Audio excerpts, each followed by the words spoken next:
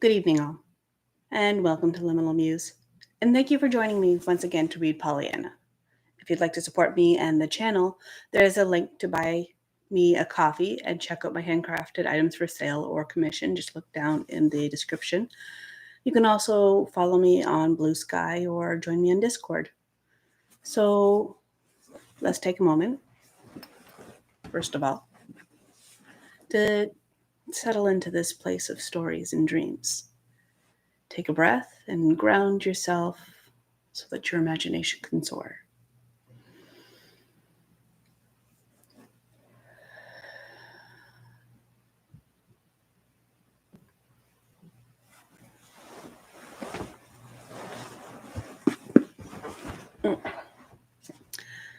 Last week, we got through the first 3 chapters.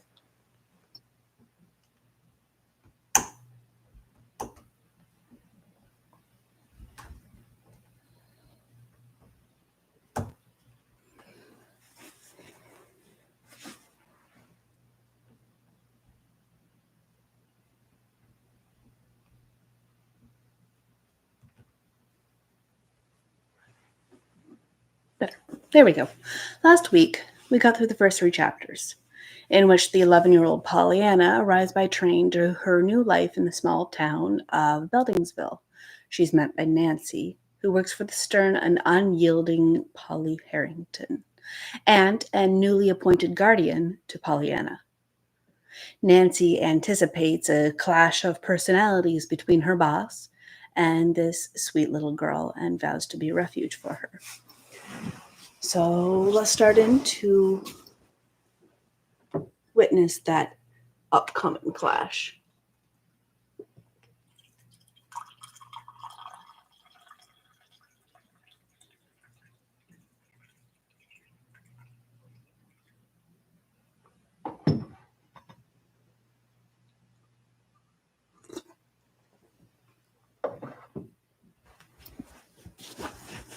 And we will start with chapter 4, The Little Attic Room.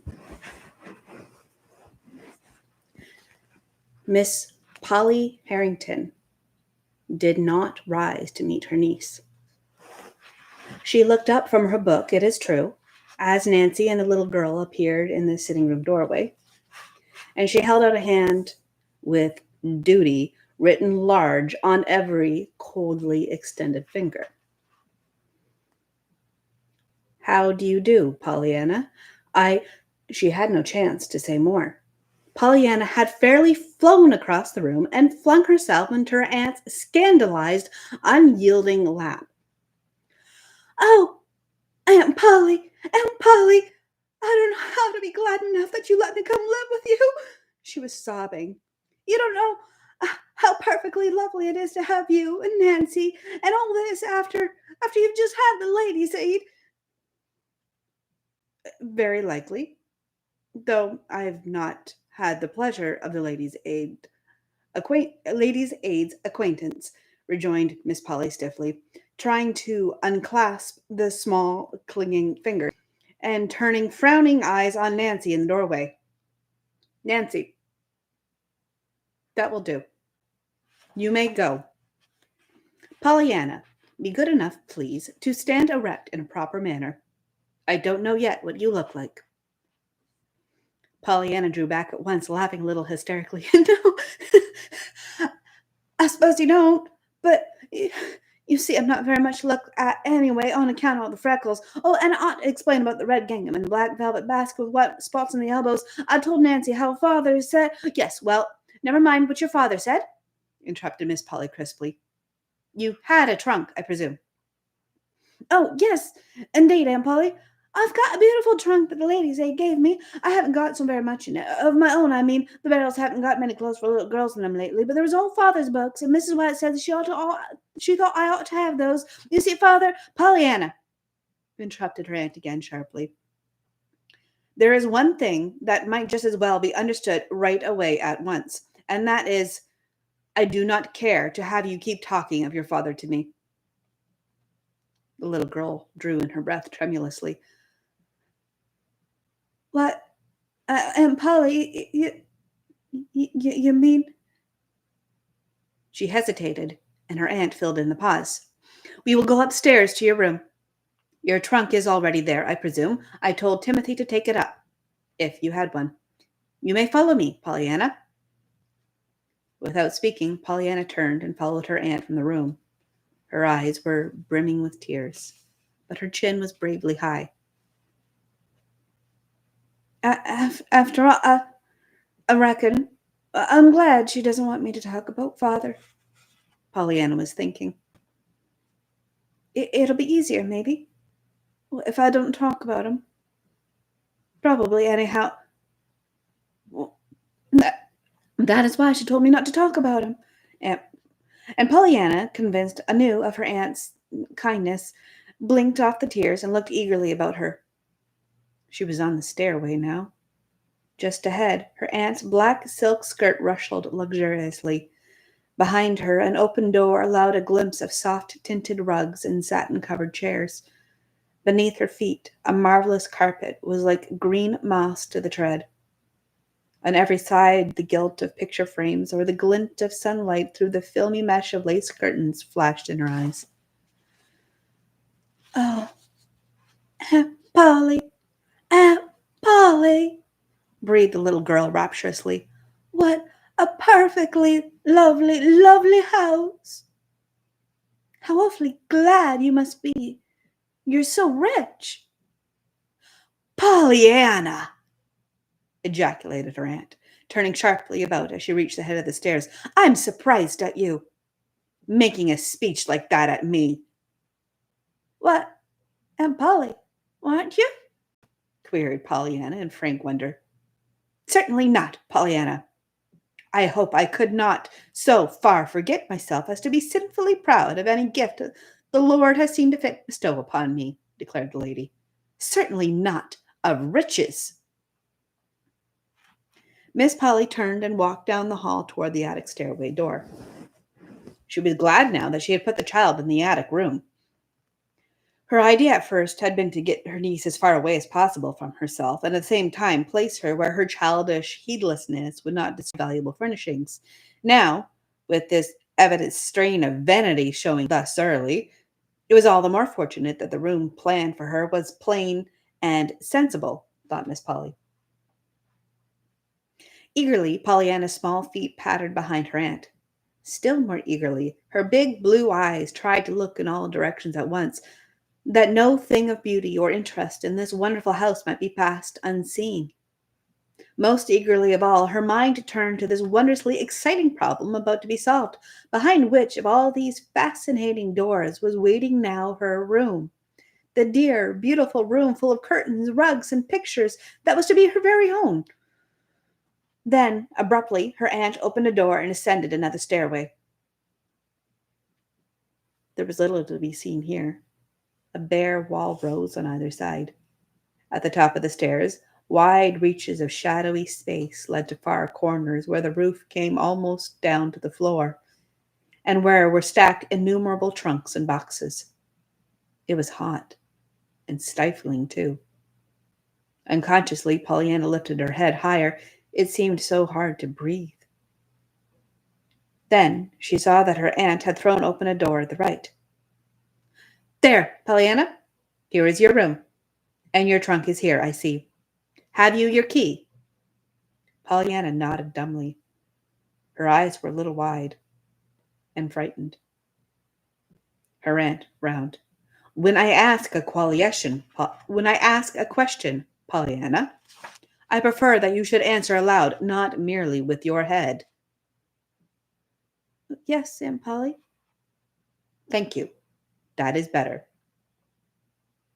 I believe you have everything that you need here, she added, glancing at the well-filled towel rack and water pitcher. I will send Nancy up to help you unpack. Supper is at 6:00, she finished, as she left the room and swept downstairs. For a moment after she had gone, Pollyanna stood quite still, looking after her. Then she turned her wide eyes to the bare wall, the bare floor, the bare windows. She turned them last to the little trunk that had stood not so long before in her own little room in the faraway western home. The next moment she stumbled blindly toward it and fell on her knees at its side, covering her face with her hands. Nancy found her there when she came up a few minutes later. There, you poor lamb, she crooned, dropping to the floor and drawing the little girl into her arms. I was just a-fearing I'd find you like this. Pollyanna shook her head. But I'm bad and wicked, Nancy. Awful wicked, she sobbed. I just can't make myself understand that God and the angels needed my father more than I did. No more they did neither, declared Nancy stoutly. Oh, Nancy! The burning horror in Pollyanna's eyes dried the tears. Nancy gave a shamefaced smile and rubbed her own eyes vigorously. Well, there, child. I didn't mean, of course, she cried briskly. Come, let's have your key, and we'll get inside this trunk and take out your dresses in no time. No time. Somewhat tearfully, Pollyanna produced the key. There aren't very many in there anyway, she faltered. Then they're all the sooner unpacked, declared Nancy. Pollyanna gave a sudden radiant smile. Oh, that's so! I can be glad of that, can't I? She cried. Nancy stared. What? Of course, she answered a little uncertainly. Nancy's capable hands made short work of unpacking the books, the patched undergarments, and the few pitifully unattractive dresses.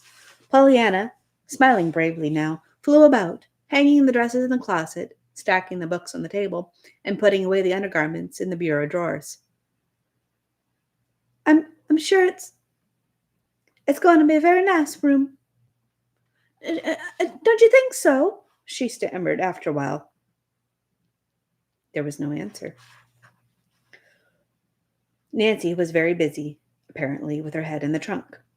Pollyanna, standing at the bureau, gazed a little wistfully at the bare wall above. And I can be glad there isn't any looking glass here, too. 'Cause where there isn't any glass, I can't see my freckles. Nancy made a sudden queer little sound with her mouth. When Pollyanna turned, her head was in the trunk again. At one of the windows a few minutes later, Pollyanna gave a glad cry and clapped her hands joyously. Oh, Nancy! I hadn't seen this before, she breathed. Look, way off there, with those trees and the houses and that lovely church spire, and that river shining just like silver. Why, Nancy, there doesn't anybody need any pictures with that to look at. Oh, I'm so glad now she let me have this room. To Pollyanna's surprise and dismay, Nancy burst into tears. Pollyanna hurriedly crossed to her side. What, Nancy, what is it? She cried, then fearfully. This wasn't your room, was it? My room, stormed Nancy hotly, choking back the tears. If you ain't a little angel straight from heaven, and if some folks don't eat dirt before... Oh, land, there's her bell. After which amazing speech, Nancy sprang to her feet, dashed out of the room, and went clattering down the stairs. Left alone, Pollyanna went back to her picture as she mentally designated the beautiful view from the window. After a time, she touched the sash tentatively. It seemed as if no longer could she endure this stifling heat.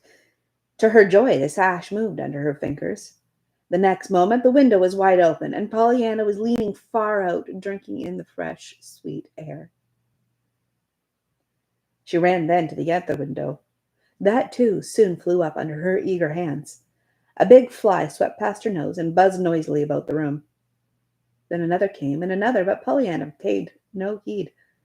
Pollyanna had made a wonderful discovery. Against this window, a huge tree flung great branches. To Pollyanna, they looked like arms outstretched, inviting her. Suddenly, she laughed out loud. I believe I can do it, she chuckled. The next moment, she climbed nimbly to the window ledge. From there, it was an easy matter to step to the nearest tree branch. Then, clinging like a monkey, She swept herself from limb to limb until the lowest branch was reached. The drop to the ground was, even for Pollyanna, who was used to climbing trees, a little fearsome. She took it, however, with bated breath, swinging from her strong little arms and landing on all fours in the soft grass. Then she picked herself up and looked eagerly about her. She was at the back of the house. Before her lay a garden in which a bent old man was working. Beyond the garden, a little path through an open field led up a steep hill, at the top of which a lone pine tree stood on guard beside the huge rock. To Pollyanna, at the moment, there seemed to be just one world worth being in, on the top of that big rock. With a run and a skillful turn, Pollyanna skipped by the bent old man, threaded her way between the orderly rows of green growing things, and, a little out of breath, reached the path that ran through the open field. Then, determinedly, she began to climb. Already, however, she was thinking what a long, long way off that rock must be, when back of the window it had looked so near. 50 minutes later, the great clock in the hallway of the Harrington homestead struck 6. At precisely the last stroke, Nancy sounded the bell for supper. 1, 2, 3 minutes passed. Miss Polly frowned and tapped the floor with her slipper. A little jerkily, she rose to her feet, went to the hall, and looked upstairs, plainly impatient. For a minute she listened intently. Then she turned and swept into the dining room. "Nancy," she said with decision, as soon as the little serving maid appeared, "my niece is late." "No, you need not call her," she added severely, as Nancy made a move toward the hall door. "I told her what time supper was, and now she will have to suffer the consequences. She may as well begin at once to learn to be punctual. When she comes down, she may have bread and milk in the kitchen." "Yes, ma'am." It was well, perhaps, that Miss Polly did not happen to be looking at Nancy's face just then. At the earliest possible moment after supper, Nancy crept up the back stairs and thence to the attic room. Bread and milk, indeed! And when the poor lamb hain't only just cried herself to sleep," she was muttering furiously as she softly pushed open the door. The next moment she gave a frightened cry. "Where are you? Where have you gone? Where have you gone?" she panted, and looking in the closet, under the bed, and even in the trunk and down the water pitcher. Then she flew downstairs and out to old Tom in the garden. "Mr. Tom! Mr. Tom, that blessed child's gone!" she wailed. "She's revenged to heaven where she came from, poor lamb, and me told her to give her bread and milk in the kitchen. Her was eating angel food this minute, I'll warrant, I'll warrant." The old man straightened up. "Gone? Heaven," he replied stupidly, unconsciously sweeping the brilliant sunset sky with his gaze. He stopped, stared a moment intently, then turned with a slow grin.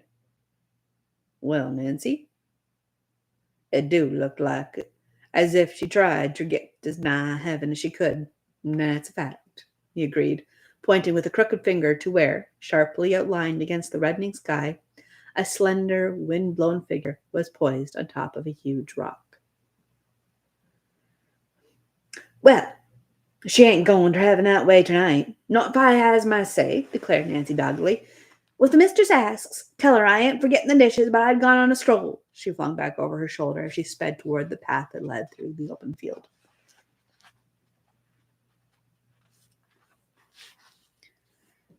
Chapter 5. The Game. "For the land's sake, Miss Pollyanna, what a scare you did give me!" panted Nancy, hurrying up to the big rock, down which Pollyanna had just regretfully slid. "Scare? Oh, I'm so sorry. But you mustn't really ever get scared of me, Nancy. Father and the Ladies' Aid used to do it, too, till they found I always came back all right."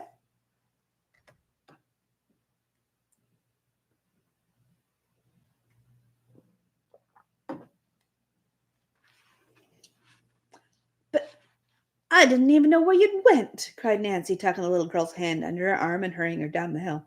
"I didn't see you go, and nobody didn't. I guess you flew right up through the roof. I do. Pollyanna skipped gleefully. "Why, I did, most. Only I flew down instead of up. I came down the tree. Nancy stopped short. You did what? I came down the tree, outside my window. My stars and stockings, gasped Nancy, hurrying on again.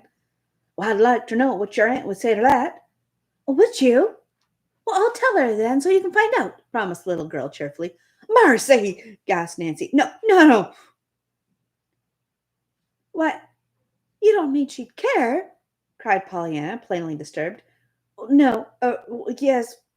Well, never mind. I ain't so very particular about knowing what she'd say, truly, stammered Nancy, determined to keep one scolding from Pollyanna, if nothing more. But say, we better hurry. I've got to get to them dishes done, you know. We'll help, promised Pollyanna promptly. Oh, Miss Pollyanna, demurred Nancy. For a moment there was silence. The sky was darkening fast. Pollyanna took a firmer hold of her friend's arm. Well, I reckon I'm glad, after all, that you did get scared. Well, a little. Well, 'cause then you came after me. She shivered.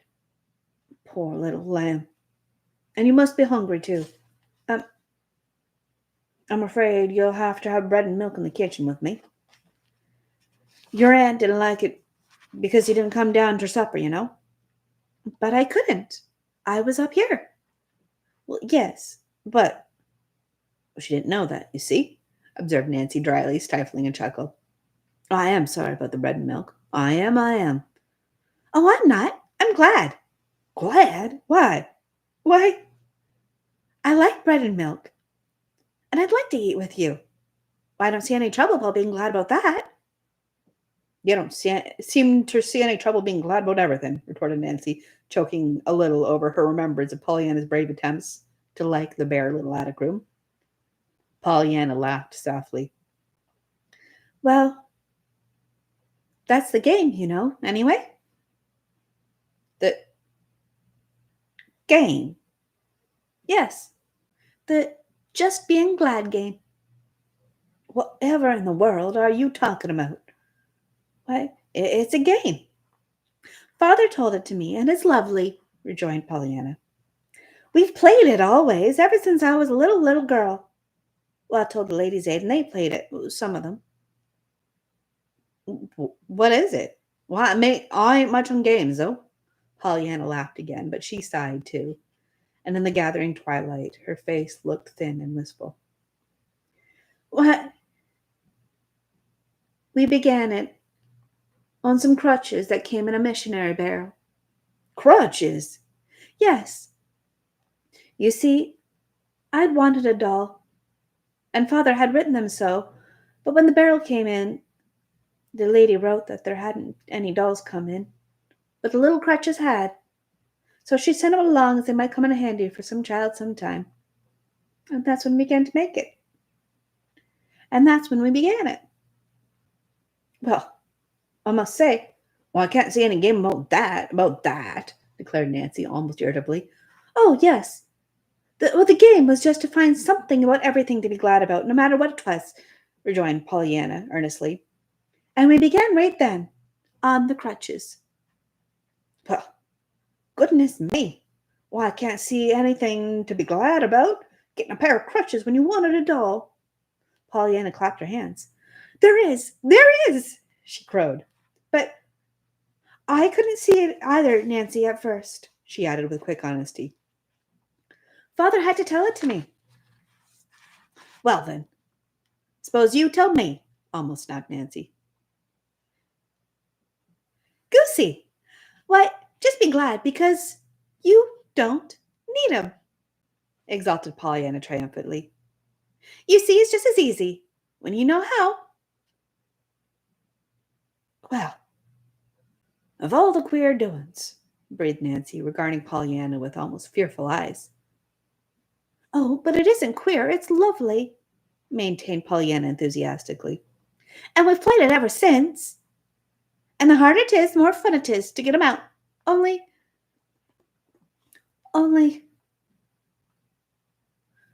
sometimes it's almost too hard.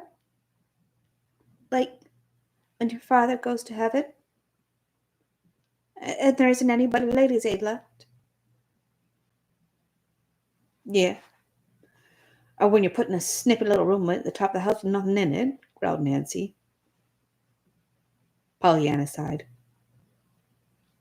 That was a hard one first, she admitted, especially when I was so kind of lonesome.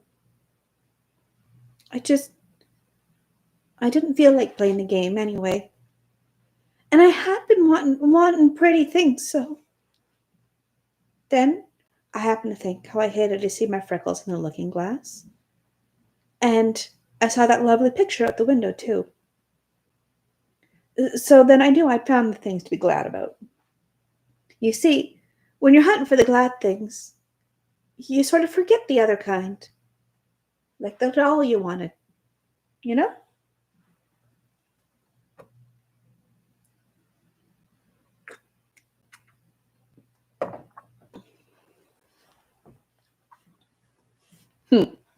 Choked Nancy, trying to swallow the lump in her throat. Most generally, it doesn't take so long, sighed Pollyanna. And lots of times now, I just think of them without thinking, you know? I've got so used to playing it. It's a lovely game. Fa- Father and I used to like it so much, she faltered. I suppose, though, it'll be a little harder now as long as I haven't got anybody to play it with. Maybe Aunt Polly will play it, though, she added as an afterthought. My stars and stockings. Her! Breathed Nancy behind her teeth. Then aloud she said doggedly, Well, see here, Pollyanna. Well, I ain't saying I'll play it very well. And I ain't saying I know how, anyway. But I'll play it with you. After a fashion. I just will, I will. Oh, Nancy, exulted Pollyanna, giving her a rapturous hug. That'll be splendid. Won't we have fun? Maybe, conceded Nancy in open doubt. But you mustn't count too much on me, you know? I never was no case for games. But I'm a-going to make a most awful trial in this one. You're going to you're going to have someone to play it with. Anyhow, she finished as they entered the kitchen together. Pollyanna ate her bread and milk with good appetite. Then, at Nancy's suggestion, she went into the sitting room where her aunt sat reading. Miss Polly looked up coldly. Have you had your supper, Pollyanna? Yes, Aunt Polly. I'm very sorry, Pollyanna, to have been obliged so soon to send you into the kitchen to eat bread and milk. But I was real glad you did it, Aunt Polly. Oh, I like bread and milk, and Nancy, too. You mustn't feel bad about that one bit. Aunt Pollyanna sat suddenly a little more erect in her chair. Pollyanna, it's quite time you were in bed. You have had a hard day, and tomorrow we must plan your hours and go over clothing to see what is necessary to get for you. Nancy will give you a candle. Be careful how you handle it. Breakfast will be at 7:30. See that you are down to that. Good night. Quite as a matter of course, Pollyanna came straight to her aunt's side and gave her an affectionate hug. I've had such a beautiful time so far, she sighed happily. I know I'm just going to love living with you. But then, I knew I should before I came. Good night, she called cheerfully as she ran from the room. Well, upon my soul, ejaculated Miss Polly half aloud. Well, upon my soul, ejaculated Miss Polly half aloud. What a most extraordinary child. Then she frowned. She's glad I punished her, and I mustn't feel bad one bit, and she's going to love to live with me. Well, upon my soul, ejaculated Miss Polly again, as she took up her book.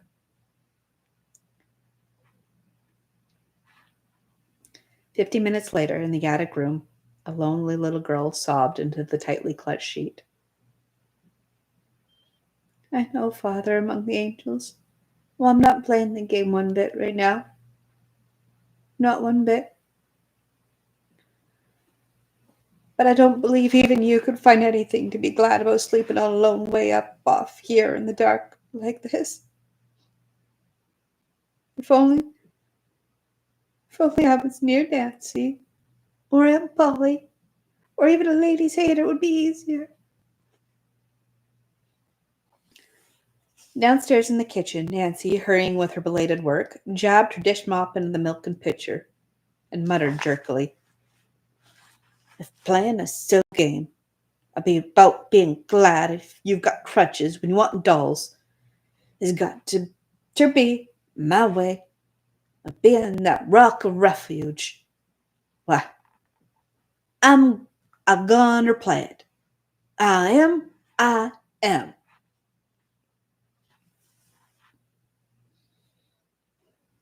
Chapter 6. A Question of Duty.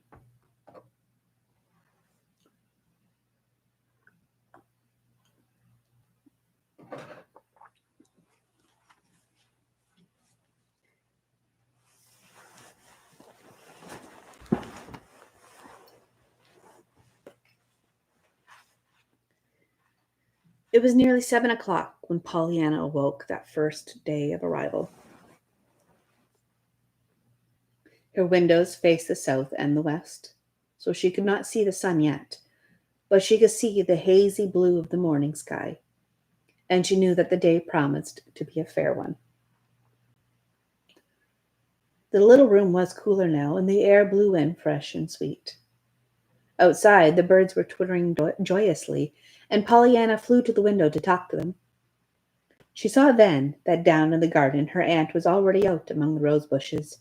With rapid fingers, therefore, she made herself ready to join her. Down the attic stairs sped Pollyanna, leaving both doors wide open. Through the hall, down the next flight, and then bang through the front screen door and out to the garden she ran. Aunt Polly, with the bent old man, was leaning over a rose bush when Pollyanna, gurgling with delight, flung herself upon her.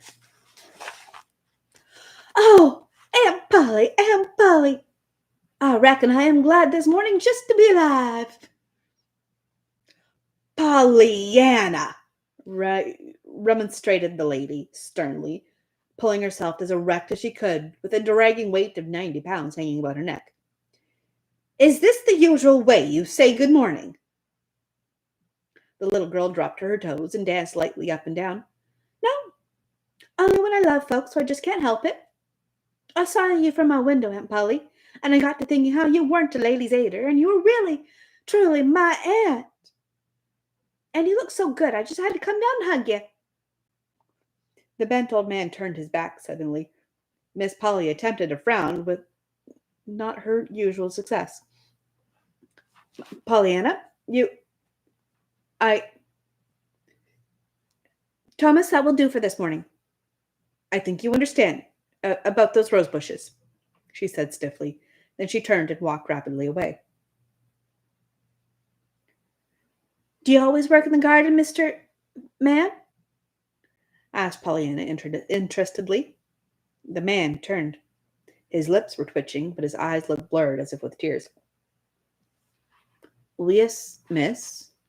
I'm old Tom the gardener," he answered. Timidly, but as if impelled by an irresistible force, he reached out a shaking hand and let it rest for a moment on her bright hair.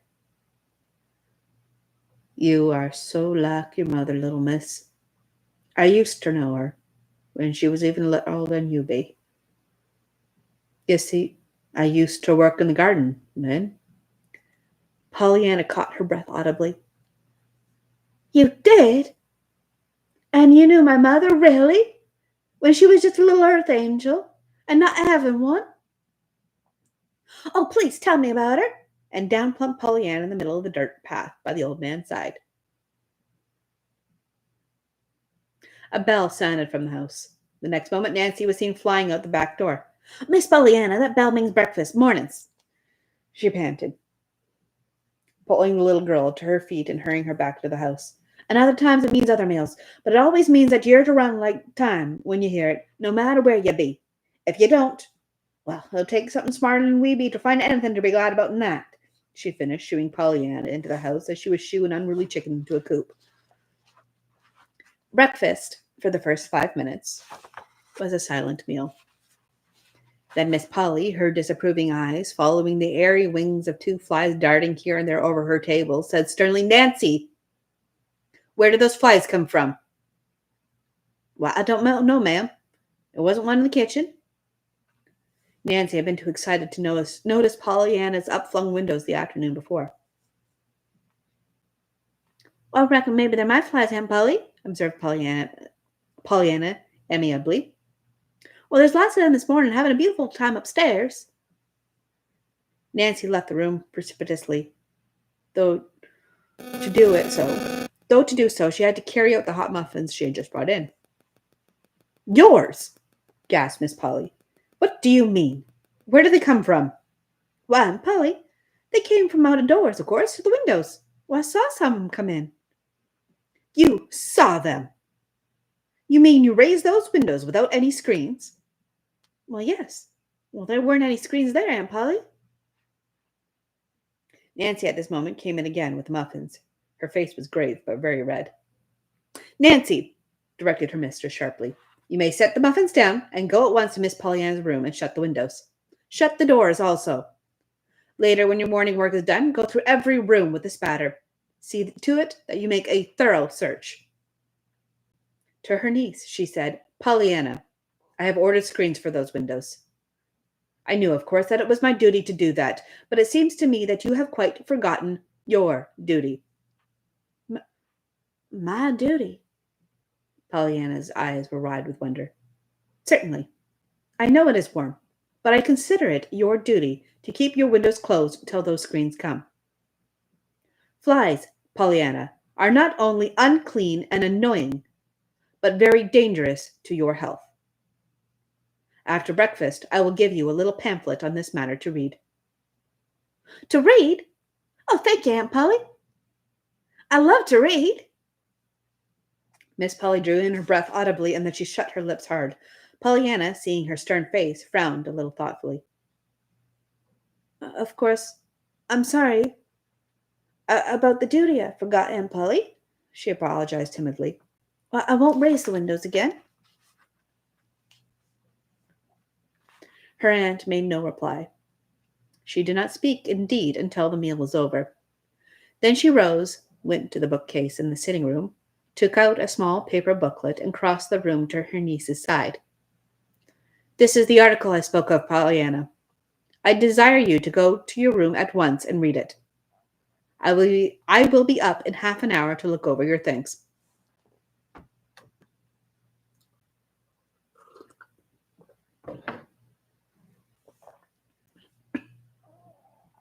Pollyanna, her eyes on the illustration of a fly's head, many times magnified, cried joyously, "Oh, thank you, Aunt Polly." The next moment she skipped merrily from the room, banging the door behind her. Miss Polly frowned, hesitated, then crossed the room majestically and opened the door. But Pollyanna was already out of sight, clattering up the attic stairs. Half an hour later, when Miss Polly, her face expressing stern duty in every line, climbed those stairs and entered Pollyanna's room, she was greeted with a burst of eager enthusiasm. "Oh, Aunt Polly! I never saw anything so perfectly lovely and interesting in my life. I'm so glad you gave me that book to read. Why, I didn't suppose flies could carry such a lot of things on their feet, and—" "That will do," observed Aunt Polly with dignity. "Pollyanna, you may bring out your clothes now, and I will look them over. What are not suitable for you I shall give to the Sullivans, of course." With visible reluctance, Pollyanna laid down the pamphlet and turned toward the closet. I'm afraid you think they're worse than the ladies' aid did. And they said they were shameful," she sighed. "But they were mostly things for boys and older folks in the last 2 or 3 barrels. And did you ever have a missionary barrel, Aunt Polly?" At her aunt's look of shocked anger, Pollyanna corrected herself at once. Well, no, of course you didn't, Aunt Polly.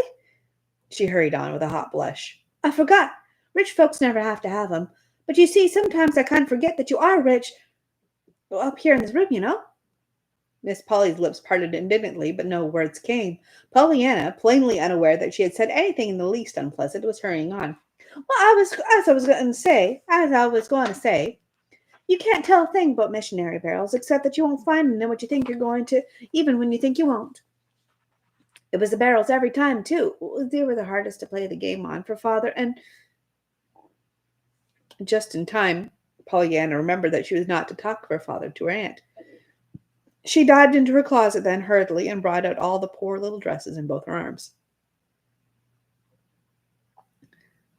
They they aren't nice at all, she choked. And they'd been black if they hadn't been for the red carpet for the church. But, well, they're all I've got.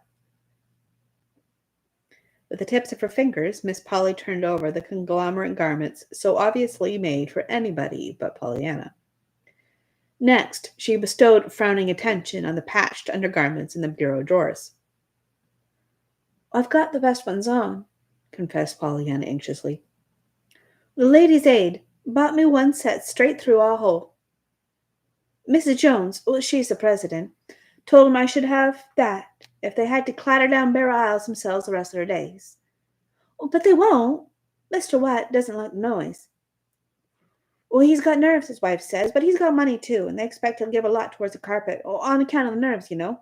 I should think he'd be glad that if he did to have the nerves, he'd got money too, shouldn't you? Mrs. Polly did not seem to hear her. The scrutiny of the undergarments finished, she turned to Pollyanna somewhat abruptly. You have been to school, of course, Pollyanna.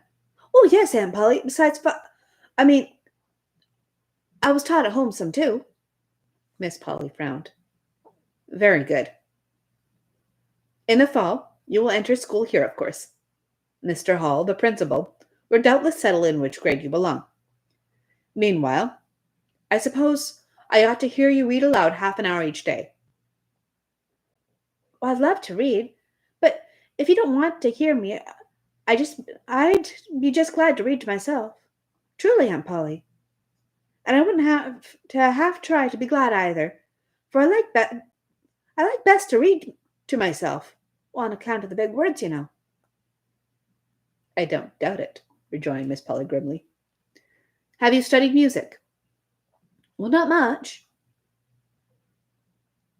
I don't like my music. I like other people's, though.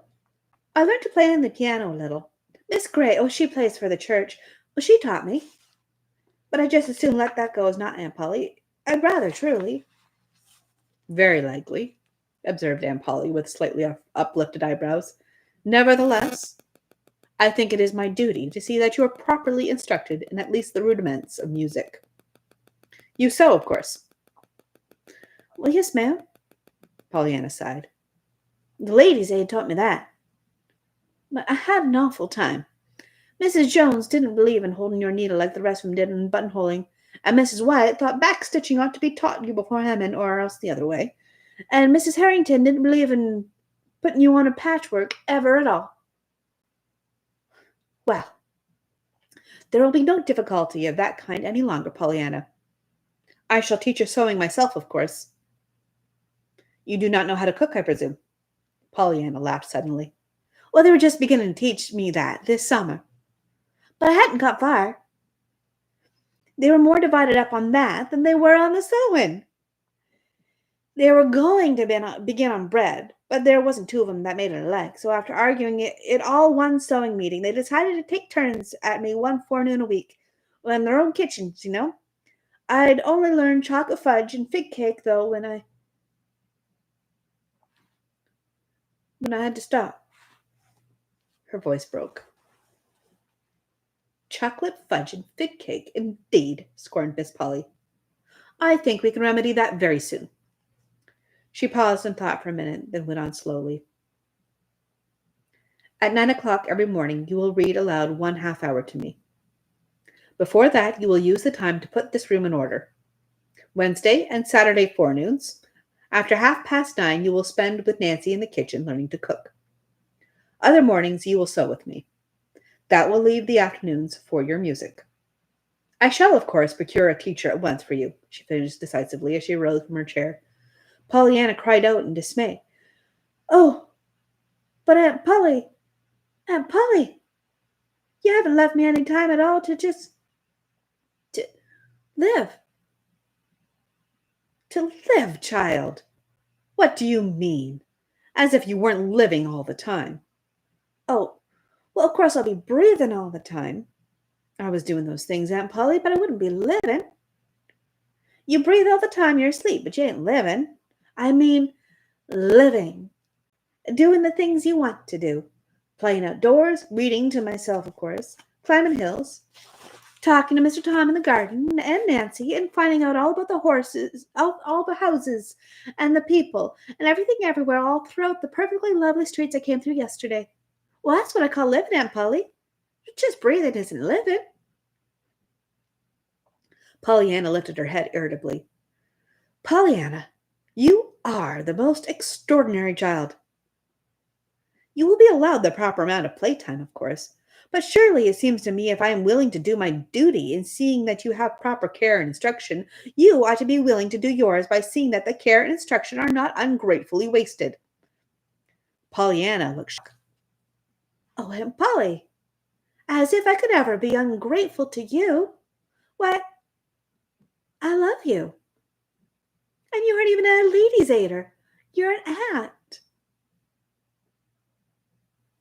Very well. Then see that you don't act ungrateful, vouchsafed Miss Polly as she turned towards the door. She had gone halfway down the stairs when a small, unsteady voice called after her, Please, Aunt Polly. You didn't tell me which of my things you wanted to give away. Aunt Polly emitted a tired sigh, a sigh that ascended straight to Pollyanna's ears. Oh, I forgot to tell you, Pollyanna. Timothy will drive us into town at 1:30 this afternoon. Not one of your garments is fit for my niece to wear. Certainly I should be very far from doing my duty by you if I let you appear out in any one of them.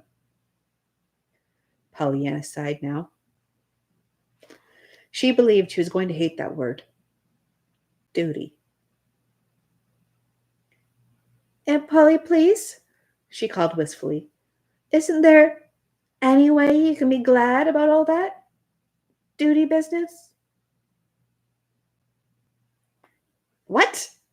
Miss Polly looked up in dazed surprise. Then suddenly, with very red cheeks, she turned and swept angrily down the stairs. Don't be impertinent, Pollyanna. In the hot little attic room, Pollyanna dropped herself to one of the straight-back chairs. To her, existence loomed ahead, one endless round of duty. I don't see, really, what there was impertinent about that, she sighed. It was only asking her if she couldn't tell me something to be glad about in all that duty business. For several minutes, Pollyanna sat in silence, her rueful eyes fixed on the forlorn heap of garments on the bed. Then slowly she arose and began to put away the dresses. There just isn't anything to be glad about, that I can see, she said aloud. Unless it's to be glad when the duty's done. Whereupon she laughed suddenly.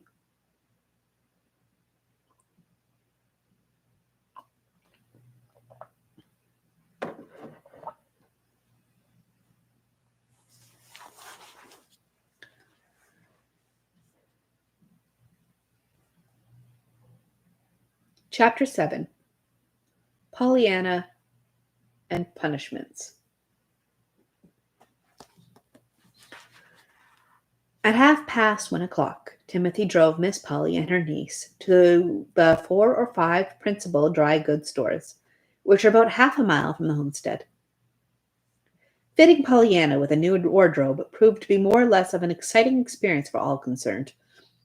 Miss Polly came out of it with the feeling of limp relaxation that one might have at finding oneself at last on solid earth after a perilous walk across the very thin crust of a volcano. The various clerks who had waited upon the pair came out of it with very red faces, and enough amusing stories of Pollyanna to keep their friends in gales of laughter for the rest of the week. Pollyanna herself came out of it with radiant smiles and a heart content, for, as she expressed it to one of the clerks, when you haven't had anybody but missionary barrels and lady aiders to dress you, it is perfectly lovely to just walk right in and buy clothes that are brand new, and they don't have to be tucked up or let down because they don't fit. The shopping expedition consumed the entire afternoon.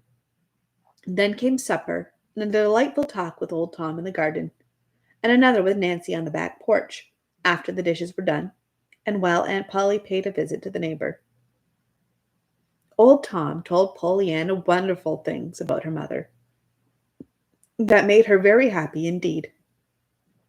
And Nancy told her all about the little farm 6 miles away at the Corners, where lived her own dear mother and her equally dear brothers and sisters.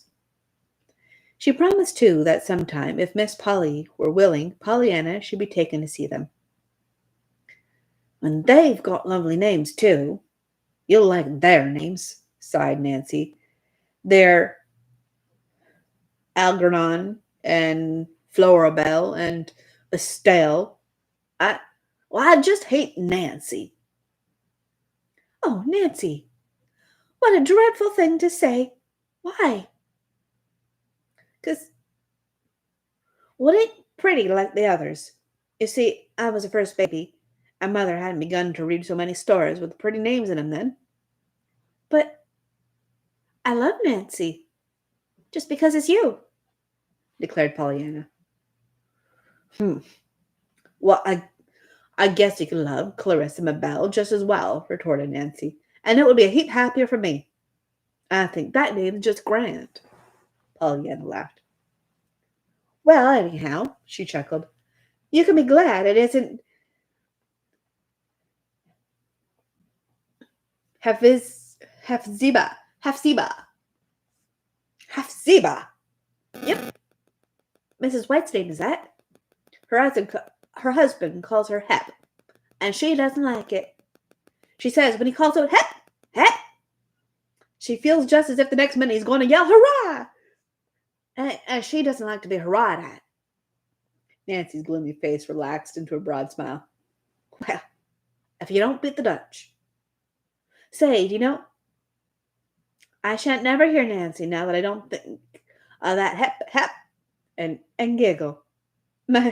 I guess I am glad that... She stopped short and turned amazed eyes on the little girl. Well, say, Miss Polly, do you mean... Was you playing that er game then about my being glad I wasn't named Hepzibah? Pollyanna frowned, and then she laughed. Why, Nancy, that's so. I was playing the game. But that's one of the times I just did it without thinking, I reckon. You see, you do, lots of times. You get so used to it, look for something to be glad about, you know? And most generally, there is some about everything you can be glad about. Well, if you keep hunting long enough to find it. Well, maybe, grunted Nancy with open doubt.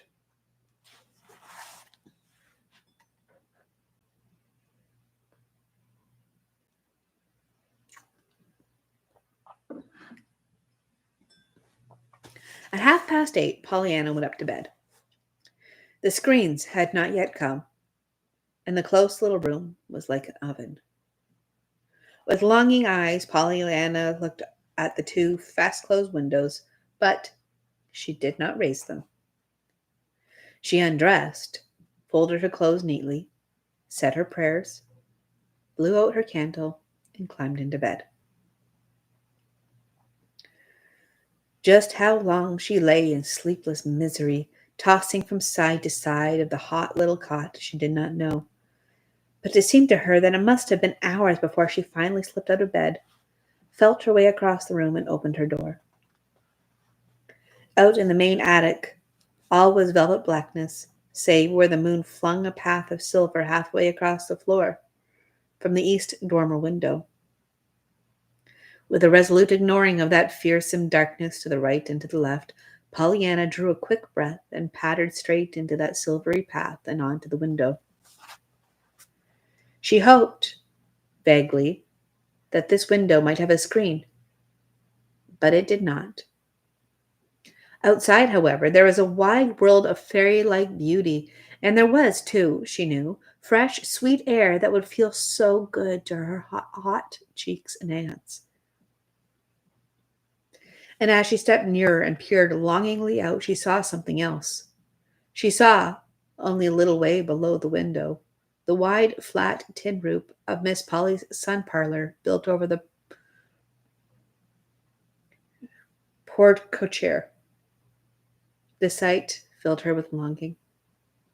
If only now she was out there. Fearfully, she looked behind her. Back there, somewhere, were her hot little room and her still hotter bed.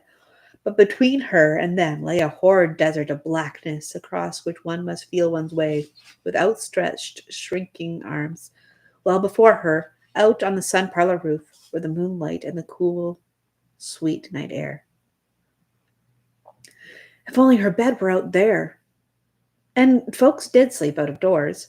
Joel Hartley at home, who was so sick with the consumption, had to sleep out of doors. Suddenly, Pollyanna remembered that she had seen near this attic window with a row of long white bags hanging from nails. Nancy had said that they contained the winter clothing put away for the summer. A little fearfully now, Pollyanna felt her way to those bags, selected a nice fat, soft one.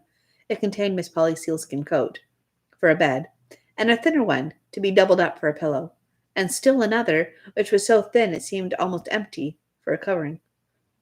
Thus equipped, Pollyanna in high glee patterned to the moonlit window again, raised the sash, stuffed her burden through to the roof below, then let herself down after it, closing the window carefully behind her.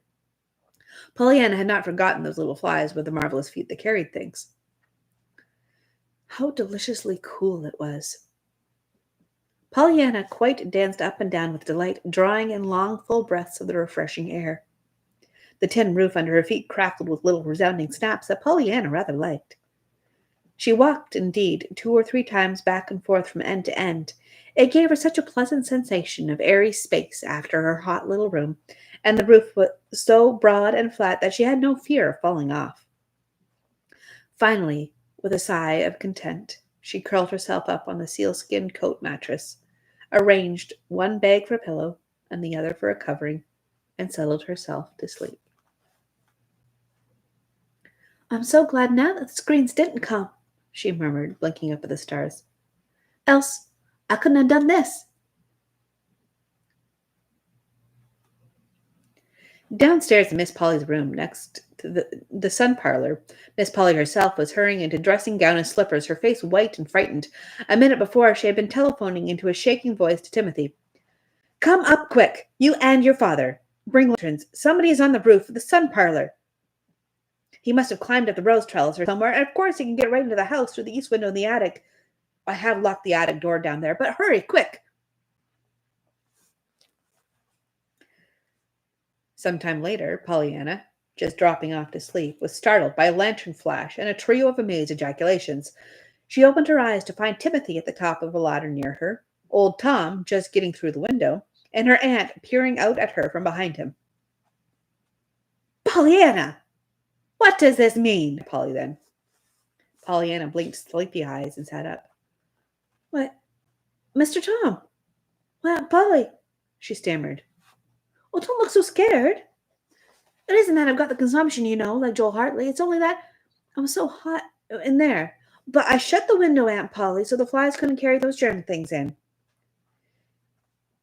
Timothy disappeared suddenly down the ladder.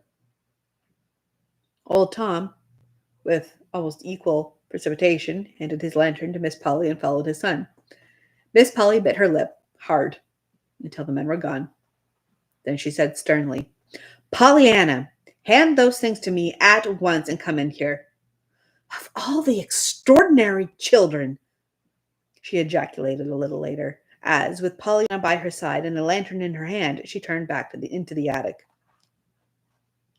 To Pollyanna, the air was all the more stifling after that cool breath of the out of doors, but she did not complain. She only drew a long, quivering sigh. At the top of the stairs, Miss Polly jerked out crisply, "For the rest of the night, Pollyanna, you are to sleep in my bed with me. The screens will be here tomorrow, but until then I consider it my duty to keep you where I know where you are." Pollyanna drew in her breath. "With you? On your bread?" she cried rapturously. "Oh, Aunt Polly! Aunt Polly! How perfectly lovely of you! And when I've so wanted to sleep with someone sometime, or someone that belonged to me, not a lady's aider. I've had them. My, I reckon I am glad now those screens didn't come. Wouldn't you be?" There was no reply. Miss Polly was stalking on ahead. Miss Polly, to tell the truth, was feeling curiously helpless. For the third time since Pollyanna's arrival, Miss Polly was punishing Pollyanna, and for the third time she was being confronted with the amazing fact that her punishment was being taken as a special reward of merit. No wonder Miss Polly was feeling curiously helpless.